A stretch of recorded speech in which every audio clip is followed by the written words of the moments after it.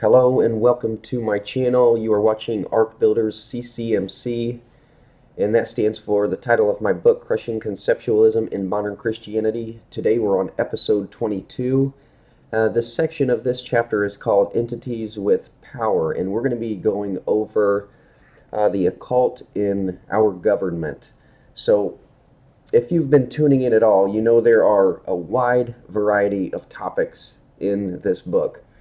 And this particular section is basically what I have gathered from the book Babylon Rising. I wish everybody could read that book.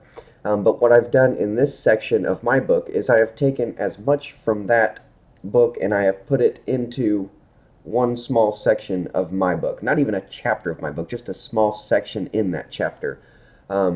Just some of the highlights that really impacted me.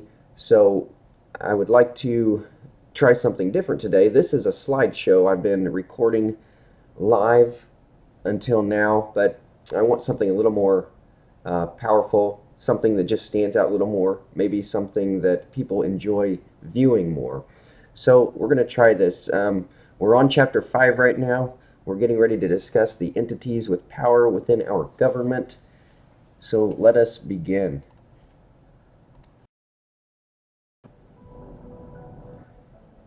There is a mentality that cannot seem to be broken, the instinct to mimic pagan customs and practices. On the surface, secular systems often appear to be the answer to spiritual problems. Such was the case depicted in the passage above, as the Israelites demanded a secular structure of government. In chapter 11, I will discuss how this mentality has spilled over into the structure of the church, which will challenge you to question how you have been doing church. For now, we will learn about the true nature of the system that was designed to control the public. If Satan disguises himself as an angel of light, as we are told in Scripture, then it should be worth considering that a nation under God could make this very claim, even if it were not. Society would have us believe that patriotism as we know it is a moral concept. We are programmed on the first day of elementary school to pledge our allegiance to this system, or to the version presented in our textbooks. What sounds like a moral and ethical approach to nationalism has shifted into a method of indoctrination. As we grow up, we have already been conditioned to believe that our nation was founded on the idea that people are created equal with fundamental rights, including liberty, freedom of speech, and freedom of religion, etc. As a result, we have been programmed to place our trust in government itself under the guise of loyalty to our nation. Yet in reality, we are slaves to the same dictatorship of Babylon. That's right, the same dictatorship as Babylon. As former U.S. State Department William Bloom said, no matter how paranoid or conspiracy-minded you are, what the government is actually doing is worse than you can imagine.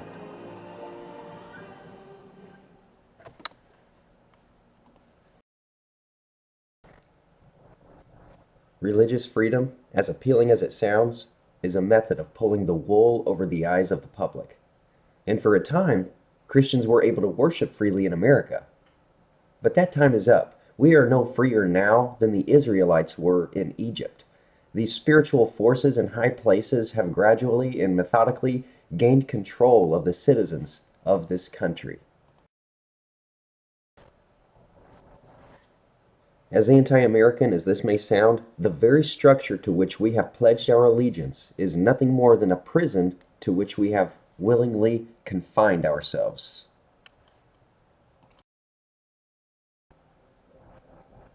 Beneath the surface, it is the New World Order to which we are being programmed to submit. Before I continue any further, I don't want to be misunderstood. This is not an attempt to stir up rebellion in the hearts of my readers. In fact, I would suggest quite the opposite.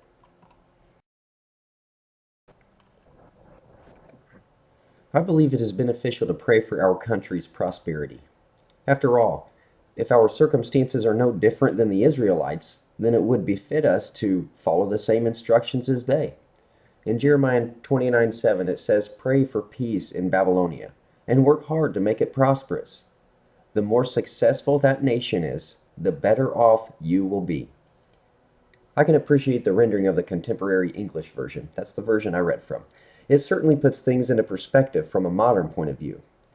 We are in a position that requires our submission to those in power. Yet this does not change the fact that we are under the same dictatorship as our ancestors. The leaders who control the world now have the same agenda as their ancestors, the one world government. It is a global stratagem, and it involves many key players. The U.S. government is but one entity of many. The U.S. government is but one entity of many.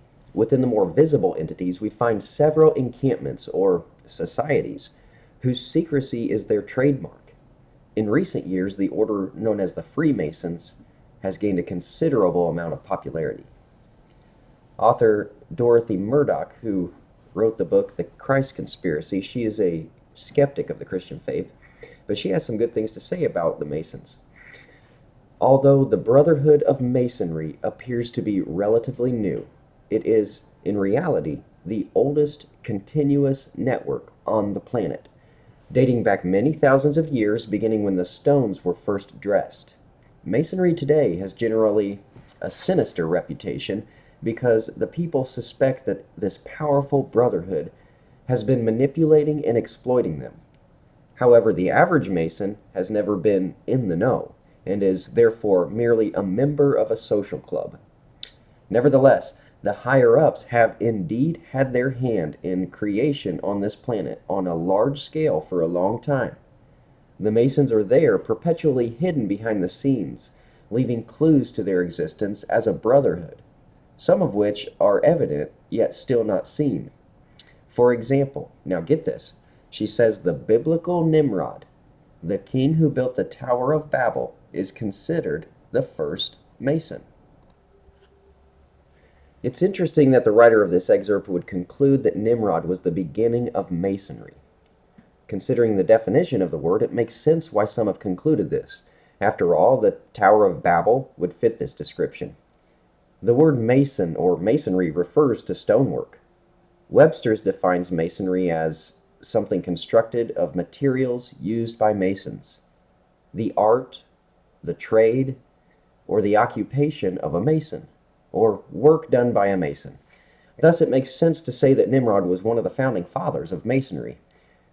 Yet, according to this definition, it could just as easily be said that Cain was the father of Masonry because he established the first city in the Bible. It's only a matter of how you look at it. But there's a fine line between the trade or architectural Masonry versus the religious belief system of Masonry. Ultimately, Nimrod's intent was to rule the world, much like those of the Freemason society today. Freemasons, for the most part, would reject the idea that they are affiliated with an elite class of rulers whose motive is world dominance. The average Freemason, from those I have personally interacted with, truly believe they are just a part of a community social club. And more often than not, this is the extent of their affiliation. Yet even within the ranks of this fraternal order, one Mason writes, quote, "Freemasonry is a fraternity within a fraternity, an outer organization concealing an inner brotherhood of the elect." In my mind, it makes sense that a fraternity so organized would have lodge members in every local community. It is strategic. These common citizens are the voices of Freemasonry for those in their area. Simply by word of mouth, those who personally interact with the average Mason would not expect anything beyond a social club. Since the average Mason is limited in his knowledge anyway, he cannot offer any further information beyond his personal experience at that local lodge.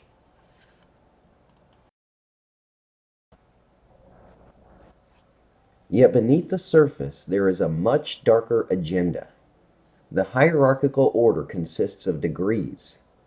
but only a select few are aware of the roots of their affiliation. The 33rd degree is the highest that can be reached. The higher the degree, the more information a Mason acquires. To the average individual, Masonry may seem innocent. After all, it is advertised as a respected brotherhood with which many of our nation's founding fathers were affiliated. Their involvement, however, is the very reason we need to keep our eyes open. Consider our nation's capital. What does Washington, D.C. stand for? It is the District of Columbia.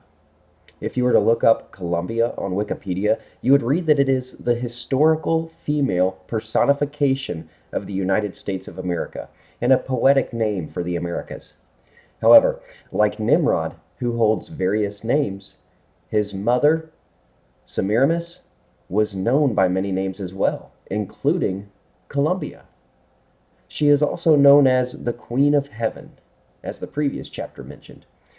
Other names for her include Ishtar, Ashra, Isis, Juno, Diana, and Venus. Statues of Columbia can be seen all throughout the United States. She stands atop the U.S. Capitol building and serves as a symbol of freedom to those unaware of her roots.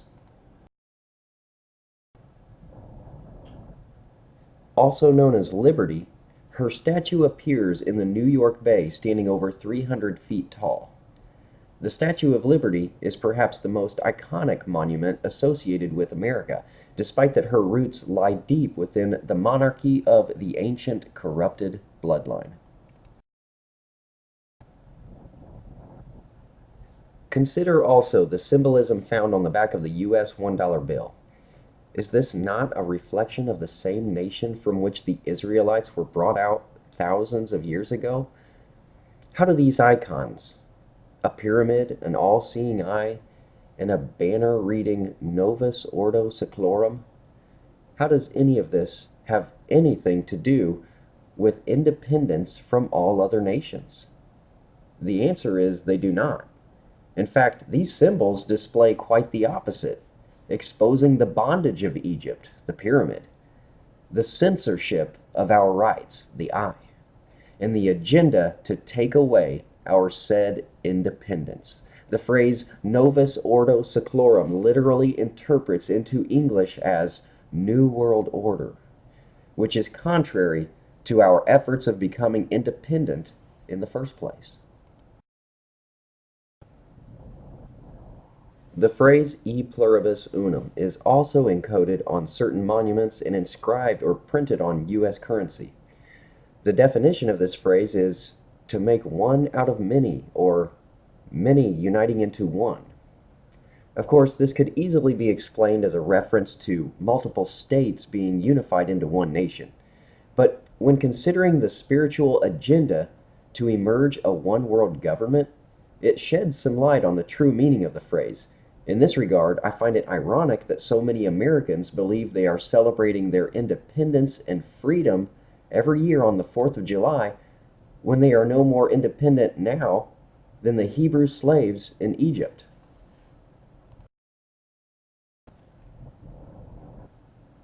Beneath the surface, the U.S. Capitol building is a temple for the worship of false gods. In fact, it is known as the Temple of Liberty, which, as I noted, is another name for Nimrod's mother and wife. Approaching the entrance, you will see a statue of the Roman version of Nimrod. He is the pagan god Mars.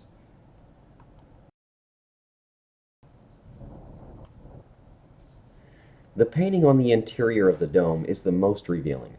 If you were to walk inside and look up to the ceiling, you will see what is called the Apotheosis of Washington.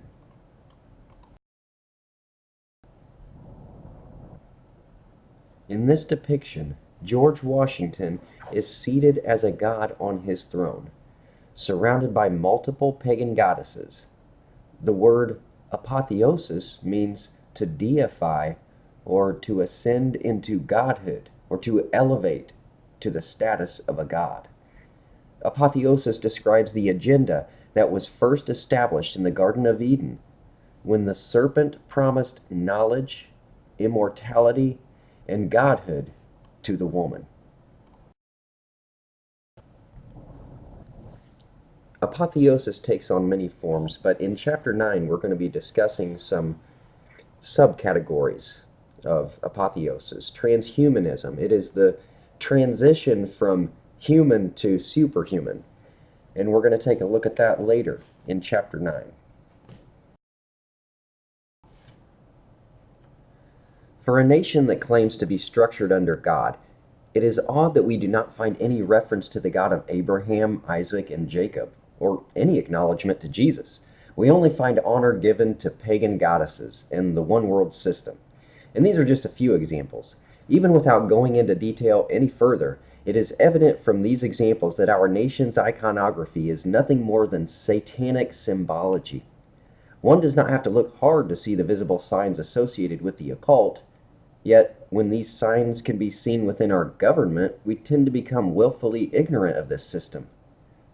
I say this because it's the same system to which we have pledged our allegiance.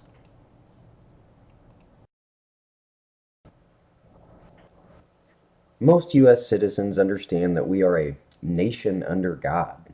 We repeat that phrase in the Pledge of Allegiance. On our currency, we see the phrase, "In God we trust." However, we are blind to the fact that it is the God of this world who is the governing power.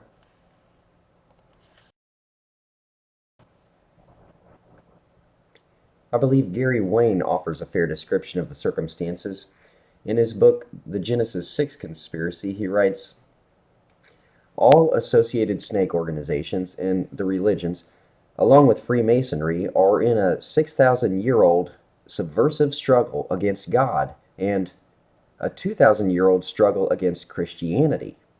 Particularly, in the past 2,000 years, mysticism in all its various forms was driven underground in the West, for its adherents feared for their lives from a vengeful Christianity, and specifically the Catholic Church. Therefore, spurious forces have taken on the guise of Christianity, but they worship a pantheon of gods in reality."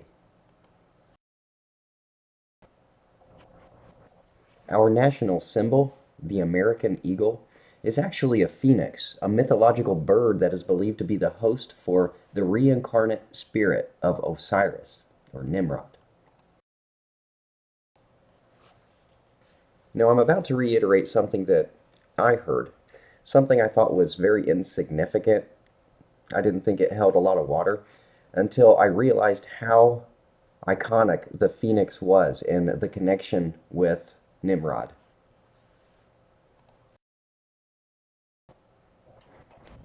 If you look at the back of the eagle's head in various places, you will see what appears to be a ruffled feather pointing out.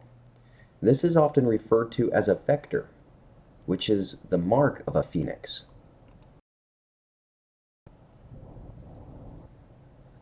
A vector, also called a chevron, is a V-shaped insignia that can be found in multiple occult establishments. If you were to search out symbology in the occult, then you would unfailingly encounter this symbol. It is not difficult to see the devil's fingerprints. For instance, there is a statue of George Washington in the Smithsonian Museum of American History where he is seated in the same position as Baphomet, the goat-headed satyr of the occult. The streets of Washington, D.C. are filled with symbolism and numerology. Pyramids and obelisks have always served as a standard, iconic structures of the occult. Another symbol is the pentagram, which is a 5-point star attributed to Satan. From an overhead view, the pentagram is easily seen within the layout of the district's streets.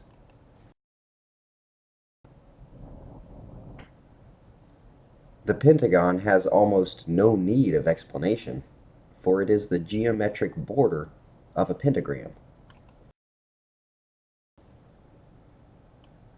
The Washington Monument is nothing more than an Egyptian obelisk, a symbol that was attributed to ancient sun deities. Interestingly, the number 666 can be seen in the measurements of the monument. In the sciences of Masonry, you will find that geometry is critical. About the square and compass, one article has this to say: without these instruments, it would have been impossible for the remote ancient Egyptians to measure the rate of precision accurately. Furthermore, without the plumb rule used in conjunction with the plumb line, they would have been unable to measure the positions of the stars and their corresponding positions on the ground. The constellation of Monoceros forms the square and compasses. Canis Minor is a plumb rule. This further reveals the significance of astrology in connection with organizations whose origins are rooted in ancient Egypt. If you ask different archaeologists who explored the megaliths across the earth, you would find that many structures were strategically positioned to line up with certain constellations. Positioning is intentional, and measurements are always precise, in accordance with the religious beliefs of those who designed these structures. I've not spent an extensive amount of time investigating symbolism or numerology. It basically comes along with studying the different societies of the occult. If you've ever researched Freemasonry, then you may already know.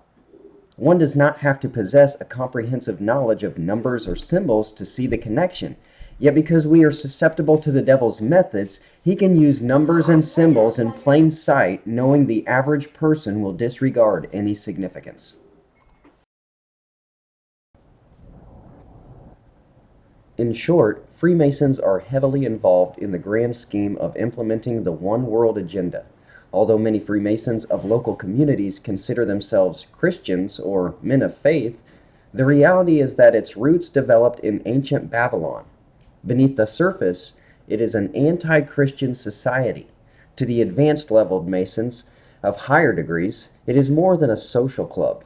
Their god is none other than Lucifer, who is considered the master architect of the universe and source of all wisdom and knowledge. Moreover, Freemasonry is just one example of spiritual wickedness in high places. Another familiar entity whose agenda parallels Freemasonry has also gained popularity in recent years. Considered by some to be the mystic cousins of the Masonic order, the society known as the Illuminati also makes up part of this elite class of bloodlines controlling the world.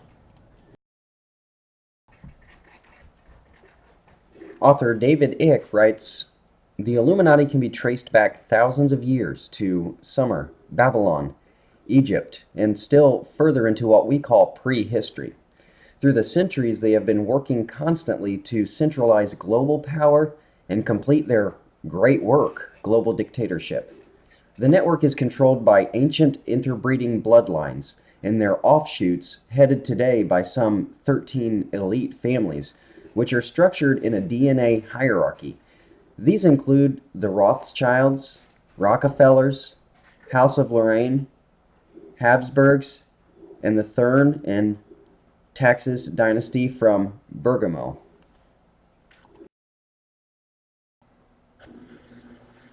One source whose material I've not had the chance to study is Fritz Meyer, who is known to have a detailed outline of the connections between these societies, filling in many gaps. I've listened to several interviews and presentations, and Meyer offers tremendous amounts of information. In an interview, he spoke about one of the techniques of the elites, who are experts at stirring up conflict. As one example, Meyer discussed the incompatibility between the Catholic Church and Freemasons, whose controlled conflict has been used as a tactic to deceive the public. But again, this is just one example. As he explained, controlled conflict begins with a thesis, which then triggers an antithesis, thus requiring a synthesis. These are the stages of controlled conflict: instigating conflict, finding a solution, and implementing that solution. In other words, order out of chaos. When you apply this tactical approach, to not just domestic conflict, but the various nations rising against other nations, you begin to realize that many wars have been triggered by an elite agenda rather than economical, territorial, or religious reasons, as our textbooks most often depict.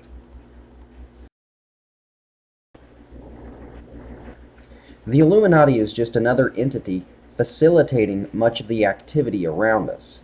A common observation or description is that the Illuminati are responsible for the educational system as means of indoctrination, as well as controlling the religious systems and many of the money-making industries that our world depends on, such as the entertainment industry. The more you search out these matters, the more it becomes apparent that we are all living in a controlled system. Content creator Matt Priscilla, also known as ODTV, he once said, "You have been closely monitored since the day you were born, and by now you have also been conditioned to be okay with that fact. You go through their schooling, and you are taught only what they want you to know. With this amazing knowledge, you become a paycheck-earning member of the workforce and begin making make-believe money so you can feed it back into the system, creating a perpetual cycle where you are always enslaved by the debts you owe." The more you investigate, the clearer it becomes that humanity has been programmed to follow a certain model of enslavement. Aside from the economical aspect, there is also a push to merge all Protestant denominations under the umbrella of the Catholic Church. This is called Ecumenism and is not far from the interfaith movement, which is an effort to fuse all religions and Christian denominations together. Simply stated, it is an effort to establish a one-world religion. This is part of the Illuminati's plan. It is easy for the Illuminati to infiltrate the different churches that operate on a corporate level rather than private. Chapter 10 elaborates on this dynamic. Mainstream churches today function as businesses, promoting commercialized public events rather than remote fellowships as modeled in the New Testament. Therefore, it's not beyond the enemy's capabilities to hijack certain movements or followings and implement misinformation to deceive the mass.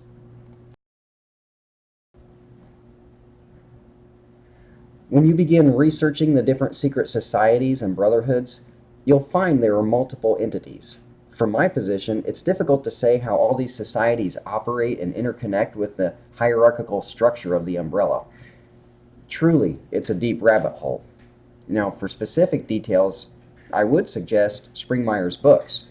Now, the reason I only suggest his books as opposed to recommend his material, it's only because I've listened to him speak and not read those books. But knowing that he brings out in his presentations what he's written about, for that reason I would go ahead and suggest visiting his material.